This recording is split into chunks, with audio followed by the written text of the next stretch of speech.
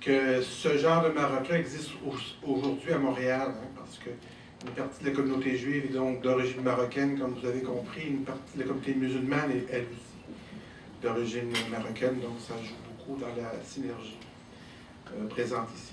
Alors, on vient de parler beaucoup d'identité et puis le regard de l'autre, qui est aussi de nature identitaire et historique. Alors, autre thème chaud, c'est la laïcité. Alors, pour nous entretenir de l'identité juive et de la laïcité, nous avons Marc Gould. Merci. Je vais essayer de parler sans micro parce que... Ouais. Bon, bonjour tout le monde, merci tout le monde pour l'invitation. Moi, je vais essayer de parler pour une dizaine de minutes afin d'avoir peu de temps pour les questions. Je n'arriverai jamais à prendre jusqu'à 10 minutes, mais je vais vraiment passer. Juste quelques brèves remarques sur le judaïsme avant de mettre l'accent sur la question d'identité et de la laïcité. Comme a mentionné, a souligné le rabbin, le judaïsme est vraiment bien conçu comme une science de comportement, c'est-à-dire on met l'accent sur la pratique, le praxis. Ce n'est pas une religion, une tradition de théologie pure et simple, transmission de foi, mais on met ça en action dans notre vie quotidienne. Cela étant dit, comme Sonia a dit, il y a une diversité énorme au sein de la tradition juive, non seulement entre les courants différents qui étaient très bien expliqués par le professeur Sonia, mais en même temps un continuum, si ça se dit, entre ceux et celles qui sont plus ou moins pratiquants, et il faut dire aussi qu'il y a beaucoup de juifs qui ne veulent rien savoir de la tradition. Alors, on reflète parfaitement la réalité quotidienne dans plusieurs sociétés modernes. Je suis pas rabbin, ni si bien instruit, mais si vous me permettez, juste de peut-être dire une petite chose sur quelque chose que le rabbin Lévy a dit. À mon opinion, ce n'est pas en fait une idée centrale ces jours-ci que tous les Juifs, soit à Montréal ou ailleurs, doivent retourner en Israël. Même la pensée zioniste en Israël a changé les idées en admettant et en acceptant non seulement la réalité de la diaspora juive, mais la valeur pour l'État d'Israël d'avoir une diaspora forte. Donc, oui, c'est vrai dans la pensée rabbinique juive, alors je ne veux pas contredire, ce n'est pas mon point de vue, mais au sein de la pensée des Juifs contemporains ici et ailleurs, ce n'est pas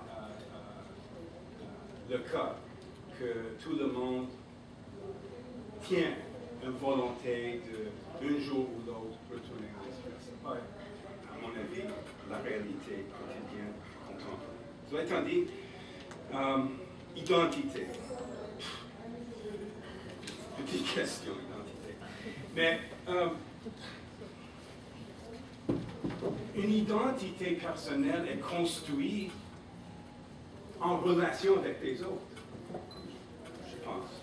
C'est un construit social. Les éléments quoi? Les valeurs personnelles,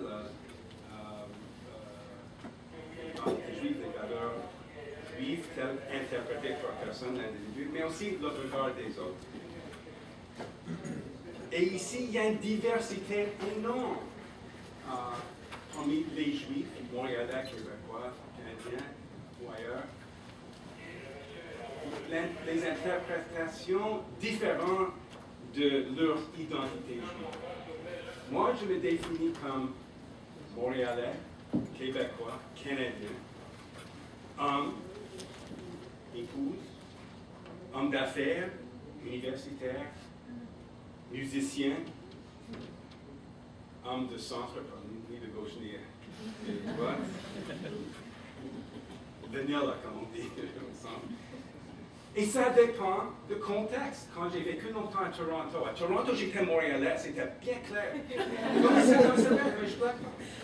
J'ai fait mes études en droit à Vancouver, j'étais québécois.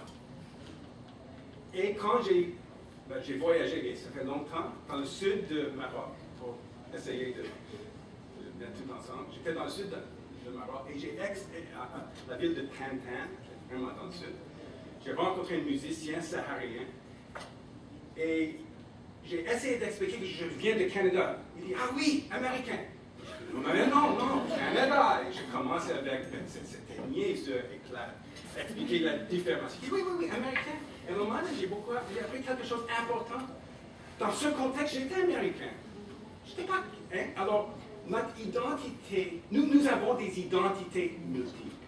Ça devient maintenant un cliché, mais c'est profond. On n'est pas uniquement une chose ou l'autre. Et ceux qui prétendent qu'on peut être une, nient des aspects importants de notre humanité. Alors vous autres, nous sommes tous, nous avons des identités différentes, multiples, qui apportent quelque chose de valeur et important à notre vie. Pour moi, mon identité juive est importante. Beaucoup plus important maintenant que c'était quand j'avais 20 ans. Les identités s'évoluent, ils changent au fil des années. Et ça fait partie importante de moi, mais ce n'est pas uniquement, ce n'est pas le seul aspect de mon identité. Moi, je suis né ici à Montréal, mon père est né à Montréal. On est très impliqués, ce n'est pas pour faire ni la morale ni la promotion, mais je suis membre de la société ici en même temps que je. Alors, ça m'amène à la question du jour, la laïcité.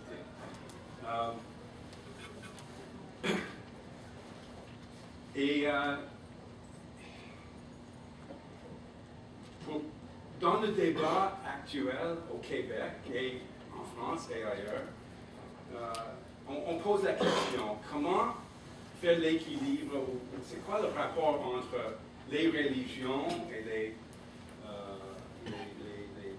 attentes de ceux et celles qui veulent faire la promotion de leur propre religion et le rôle d'État et souvent la question se traduit par une question de laïcité. Et pour plusieurs personnes, surtout ici au Québec, la réponse face de la médiatisation, je ne sais jamais le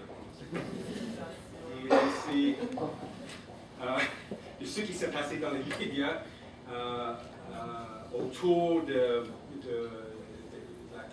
des questions des accommodements raisonnables peut être résolu si on a soit une charte de la laïcité. Mais ça veut dire quoi, la laïcité? Et ce que je veux essayer de partager avec vous, c'est juste au moins deux modèles différents de la laïcité. Il y a la laïcité à la française.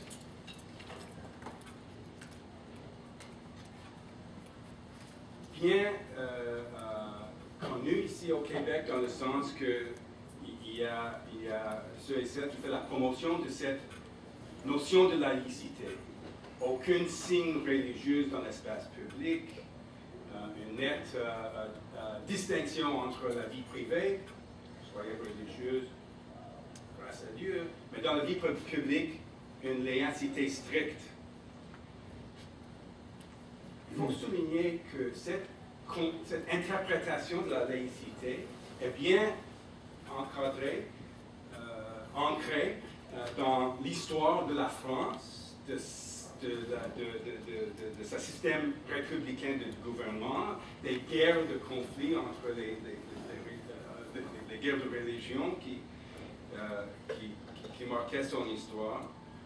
Et même aujourd'hui, en France, ce n'est pas tout à fait clair que ça réussit à faire la promotion des valeurs communes en France, ou bien d'être